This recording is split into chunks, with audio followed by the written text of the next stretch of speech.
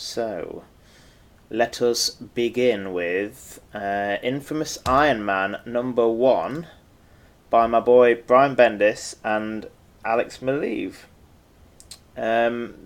These two have been a historical partnership in comics since like the year probably 2000 or 2001. And pretty much every time they get together they do something pretty special, so I was quite excited about this book, but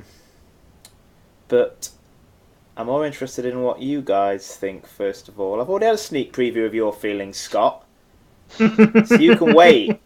Oh, okay. Because you didn't save it for the podcast. I can't keep it in my pants. It comes out. Well, we're on video, so everywhere. just keep it in for now. Alex, what do you think? It was alright. It wasn't bad. It didn't knock my socks off. A bit hacked off again about the release order of the books across Marvel, that it's spoiled the end of Civil War 2. Yeah. Not going to spoil that in here, but if listeners haven't read it, they don't want to be spoiled, don't read it and just hold off for it.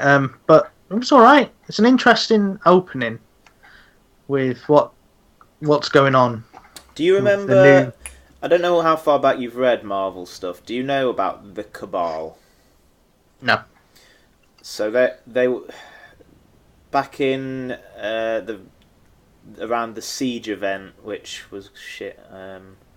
Just around Secret Warriors time, wasn't it? 2009, 2010.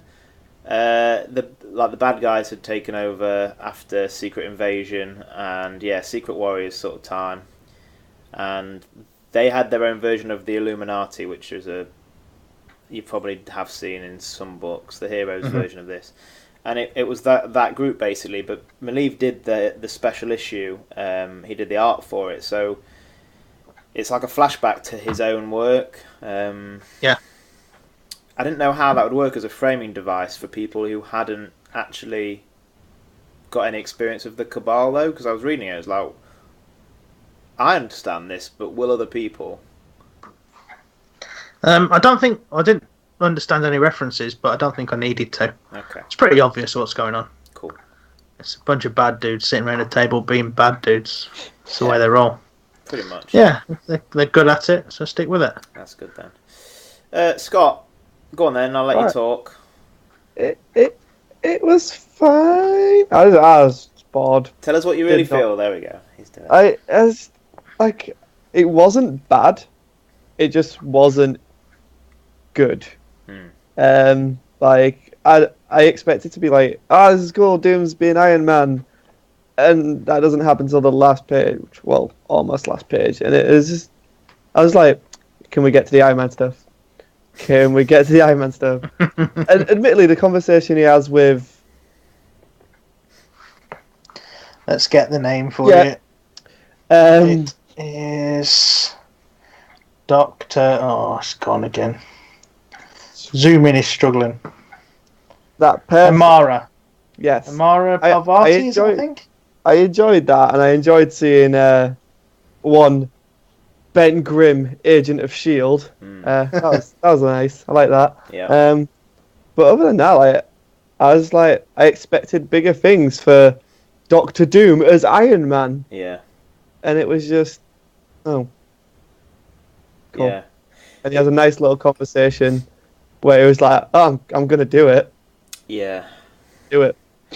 It's an interesting thing in comics because certain things you can't really do in 20 pages. You can't necessarily take a villain who's been a bad guy for 50 years and make him a hero in 20 pages. It was... I mean, I felt similarly to you guys. I wasn't overwhelmed by it. I felt like it was it was very good characterization of Doom. I like the dialogue and I like the arcs. I always like what Maleev does.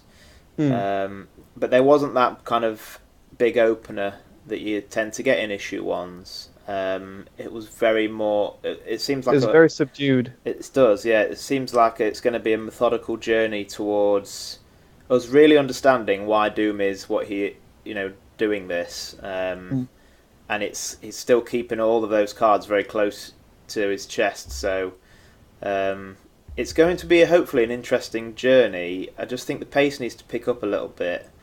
It's set up like a couple of interesting things. The Ben Grimm thing you mentioned, and also Doom's mum, who we haven't seen in fucking ages. I don't really know what her position is in this book, whether she's going to be a villain or supporting character or what. But I'm really interested to see where it goes. Aside from ruining the ending of Civil War 2, which is just there was no need for it. Yeah, it could have done without being in this book. I mean, it gives a little context, but it's like, why? Thing is, they've probably had this book in the bag for a while because they like to get ahead with Maleev because he's slow, and they don't tend to launch a book until he's maybe got 2 or 3 issues done. But they could have done a new dialogue pass and just removed the exact wording as to what happens. I reread it quite a few times and thought, I wonder if there's a way which this can be blagged as non-spoilery. And I think if you are incredibly naive, then yes, it can be blagged, but it is a special level of naive. But for anyone who's got an ounce of sensibility about them, it's obvious what's happened at the end of Civil War, and it is a real shame. Yeah, I mean, it's one of those things where you can't have one book hold up your entire publishing line, because at the end of the day, it's going to affect their margins massively if they can't put anything out that happens after. But you can write the book in a certain way to avoid ruining exactly what happens. It's not just one book either, it's their headline event of 2016. No, I know. I just mean it is one book in terms of finances. It's one book's profits against every other book, really. But the other thing that Marvel used to do, which I'm glad they aren't doing, is they use fill-in artists at the end of events, because typically events take longer to put out than normal books because they have to draw a lot of stuff. And they've put some terrible finishing issues out for books in the past where they're just sort of slapped together, and I don't want that. But this is kind of the trade-off, if you like. It didn't matter with Secret Wars that much because we knew it was a whole reboot coming, and we just didn't really know how they were going to get there, and it was all in the journey rather than the payoff. And I don't know, this feels a little bit disappointing to have read the ending of Civil War in a couple of lines of dialogue. Yeah, it's kind of just overhearing a conversation about your favourite TV show that you're watching, something like that. It kind of takes the wind out of it when we actually see it. It's going to be like, Yeah, that pretty much covers it perfectly. It's as though it was spoiled by somebody else in a room nearby, and you just happened to be walking by. It was quite strange because I genuinely felt myself thinking as I was reading it, is this actually happening on this page here? Because this is bad.